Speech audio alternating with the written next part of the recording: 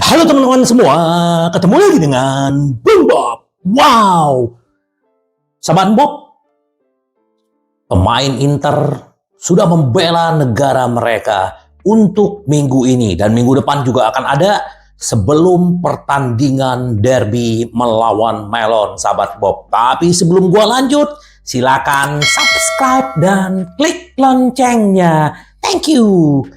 Tadi malam Italia ternyata hanya bisa bermain imbang dan pemain Inter, Barella bermain penuh, Bastoni bermain penuh, dan Di Marco ditarik digantikan oleh Biraghi di menit ke-82.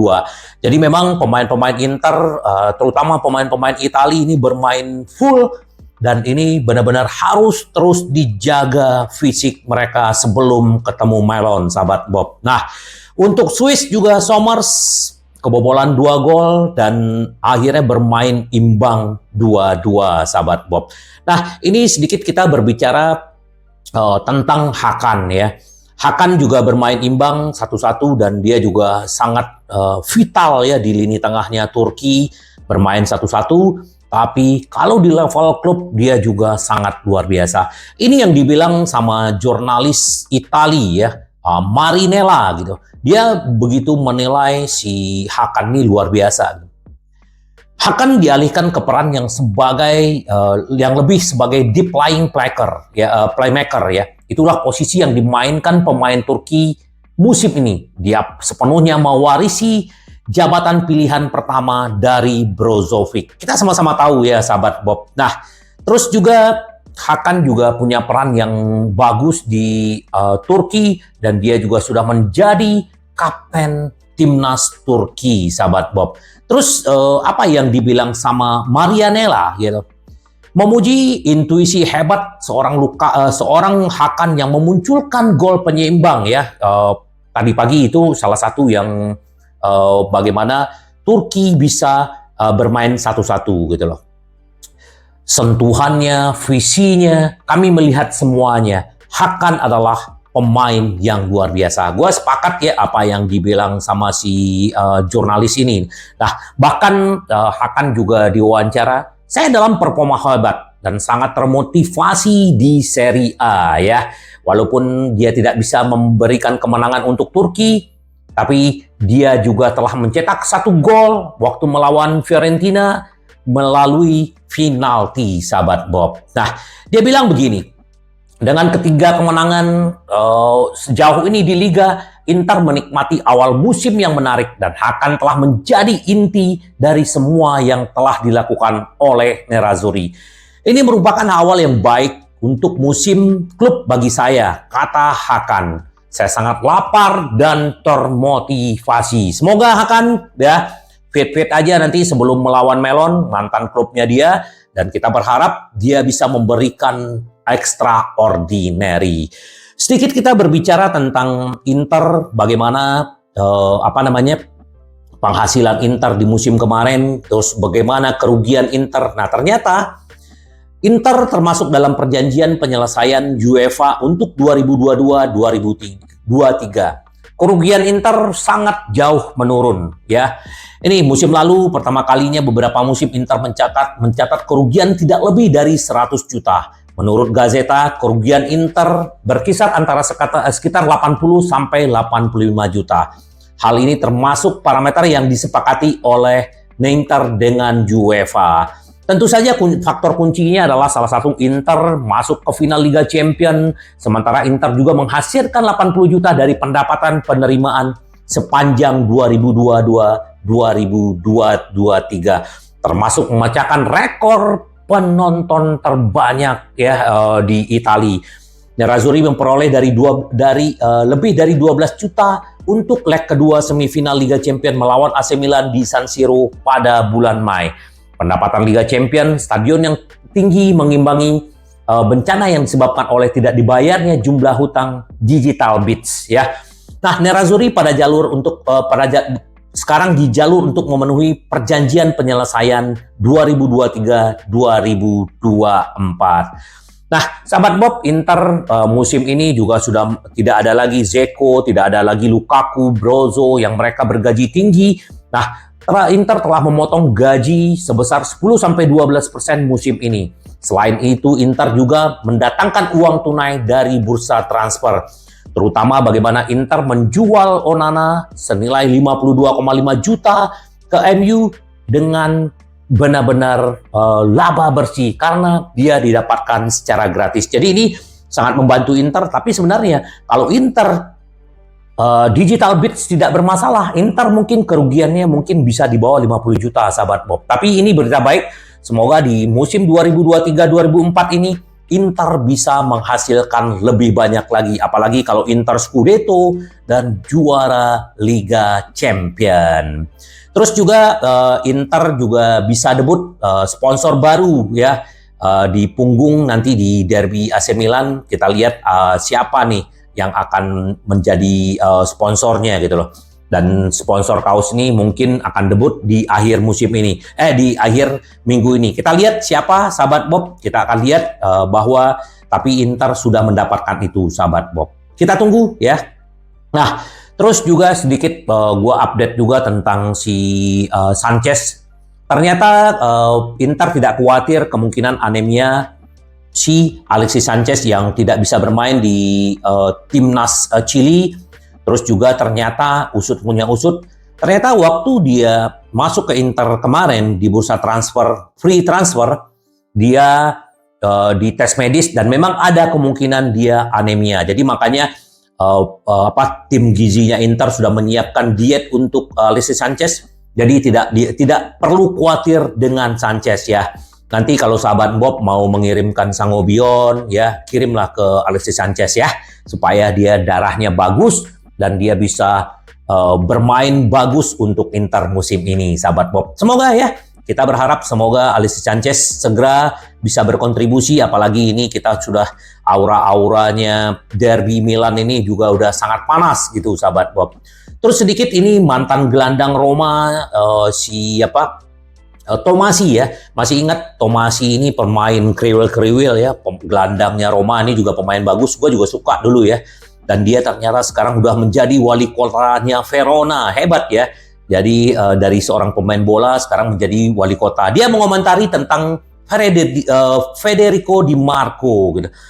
Federico Di Marco adalah back serba bisa, bermain di central back juga bisa, tapi dia benar-benar berkembang di sayap kiri, sahabat Bob. Dia gini, bermain untuk Inter, Di Marco menemukan peran sempurna di bawah pelatih Simone Inzaghi, seperti yang dia lakukan di Ivan Juric. Ya, khusus mulai musim lalu, pemain Italia ini benar-benar menjadi pemain kunci Inter. Di Marco menikmati hubungan spesial dengan fans Inter, terutama San Siro benar-benar mencintai si Di Marco. Ini adalah klub kecil dia, ya. Terus wali kota Verona Tomasi mencatat San Siro mencintai Di Marco. Dia memiliki kaki yang luar biasa. Dia adalah pesepak bola sekaliber Eropa. Tomasi juga berbicara perkembangan Di Marco di Verona. Juric melakukannya dengan sangat baik. Tapi Di Marco lah yang melakukan sisanya. Dan kita melihat bagaimana perannya Di Marco di Inter. Semoga kita berharap cepat perpanjang kontrak dan dinaikin gajinya segera ya, sahabat Bob. Terus juga si pahlawan Treble Winners kita, Goran Pandev, Inter wajib merebut bintang kedua. Simone Inzaghi adalah pelatih hebat dan pria hebat karena dia pernah bermain 5 tahun ya berbarengan waktu di Lazio, sahabat Bob. Pandev juga memberikan prediksi bahwa Inter bisa juara ya di musim ini. Banyak sekali, tapi ini tidak boleh membuat Inter jumawa karena banyak sekali yang memfavoritkan Inter untuk mendapatkan bintang kedua. Menurut saya Inter menjalani bursa transfer yang hebat. Mereka adalah tim terkuat di Liga. Musim ini mereka harus mengincar bintang kedua. Melakukan hal itu tidak akan mudah karena ada AC Milan, ada Juve, dan Napoli. Mudah-mudahan ini menjadi perburuan Serie A yang hebat. Pandev juga mencatat, saya bermain dengan Simone Inzaghi selama 5,5 musim dan senang melihat dia melakukan dengan baik. Dia dikritik, tapi dia terbukti menjadi pria hebat dan pelatih hebat. Semoga ya doanya si Pandev benar-benar terwujud, sahabat Bob. Terus untuk kita berbicara sedikit tentang si Di Marco, bukan Di Marco, Barella. Bagaimana Barella bisa menjadi pemain kunci bagi pelatih baru Italiano ya. Pelatih Itali Spalletti, Luciano Spalletti ya. Bahwa kan dengan perubahan skema ya, kalau Spalletti terbiasa dengan 4-3-3. Nah, ini kenapa Barella bisa menjadi pemain kunci? Di zamannya Conte, di zamannya Inzaghi, perannya berbeda. Di zamannya Conte, Barella ini tidak terlalu bebas, tetapi di zamannya Inzaghi dia diberi keleluasaan untuk di lini tengahnya Inter. Nah, ini juga bisa menjadi peran bagus untuk Barella, apalagi 4-3-3-nya Spalletti cocok ya. Makanya tadi malam Pratesi tidak dikasih kesempatan untuk menggantikan Barella oleh Spalletti. Jadi dia akan bisa menjadi pemain kunci untuk timnas Italia. Semoga ya, dan kita juga melihat rating pemain-pemain Inter juga bagus. Di atas 4, sekian, terus juga si Bastoni dan Di Marco. Jadi memang kita berharap semoga Barella terus seperti ini, dan yang paling penting adalah dia terus memberikan kontribusi buat timnya Inter Milan. Sedikit kita berbicara tentang Brozovic. Jadi terungkap sebenarnya awalnya Brozovic enggan untuk bermain di Al Nassr atau di Arab. Tetapi akhirnya ini berbicara sedikit ya, yang mewakilinya Brozo gitu loh.